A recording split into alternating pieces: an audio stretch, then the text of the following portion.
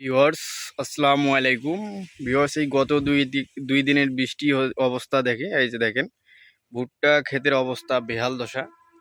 মানে গাছগুলো এমন হয়েছে যে আপনার মানে চলার যে পথটা আছে সেই পথটা সব বন্ধ হয়ে গেছে। মানুষ হাঁটার রাস্তা পর্যন্ত নেই বর্তমান অবস্থা। তো এই যে অবস্থা শুধু এইখানে এরকম দেখতেছি এমনটা না, ভুট্টা ক্ষেতের অবস্থা তো 12 বেজে যাচ্ছে। আর এই যে দেখেন এখানে ভুট্টা ক্ষেতে কিন্তু প্রচুর পরিমাণে পানি বেঁধে আছে। মানে বর্তমান পানি ভরপুর পানি বেঁধে আছে। তো এইভাবে থাকলে কিন্তু যে ভুট্টাগুলো মাটির নিচে পড়ে যাবে সেগুলো থেকে কিন্তু গজা বের হয়। সেই গজা থেকে দেখবেন যে ভুট্টাগুলো কিন্তু আপনার নষ্ট হয়ে যাবে। তো যাদের ভুট্টা পাকছে তো তারা অতি দ্রুত আর কি ভুট্টাগুলো ছিঁড়ে নেবেন।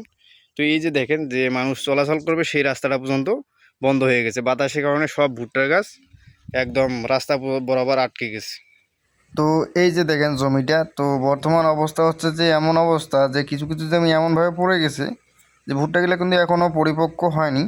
তো এই ভুট্টাগুলো এইভাবে পড়ে যাওয়ার কারণে এগুলো কিন্তু ফলনটা অনেকটা কমে যাবে। তো লক্ষ্য করতে পারতেছেন, দেখেন পুরো জমিটা একদম মানে শুয়ে গেছে। তো এইভাবে শুয়ে দেওয়ার কারণে যখন মানুষকে আপনারা ভুট্টা ছিঁড়া দাম করে দেবেন, মানে চুক্তির কাম করে দেবেন, তারা কিন্তু দামটা অনেক বেশি নেবে এবং এতে করে লসটাও কিন্তু অনেক বেশি। কারণ হচ্ছে আপনার শুধু ভুট্টা ছিঁড়ার দামটা বেশি নেবে না, পাশাপাশি আপনার যে ভুট্টার ফলনটা এটাও কিন্তু অনেকটা কমে যাবে। কারণ হচ্ছে এই যে ভুট্টাটা এখনও যে পরিপক্ক হয়নি, কিন্তু গাছটা ভেঙে গেছে। এই ভেঙে যাওয়ার কারণে গাছটা কিন্তু খাদ্য আর পাচ্ছে না এবং ভুট্টার গাছটা তাড়াতাড়ি শুকিয়ে যাবে এবং ভুট্টাটা তাড়াতাড়ি শুকিয়ে যাবে। এতে করে দেখবেন যে ভুট্টার দানাগুলো শুকিয়ে যাবে।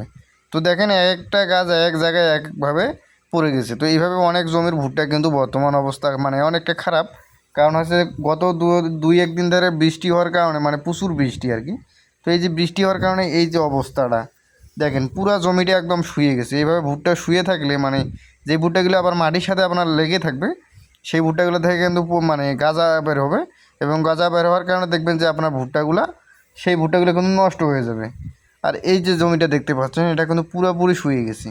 তো যেই জমিটা এইভাবে পড়ে গেছে দেখবেন যে ওই জমিটা পুরোপুরি পড়ে গেছে। আবার কিছু কিছু জমি আছে সেখানে হালকা পাতলা পড়ে গেছে, কিন্তু সব জমির গাছ কিছু হলেও পড়ে গেছে। তো এই যে গাছগুলো আগাম এভাবে ভেঙে গেছে, তো এবারে কিন্তু অনেকের মানে ফলনের ঘাটতি হবে। কারণ দেখবেন ফলনটা অনেকটা কম হওয়ার সম্ভাবনা থাকবে।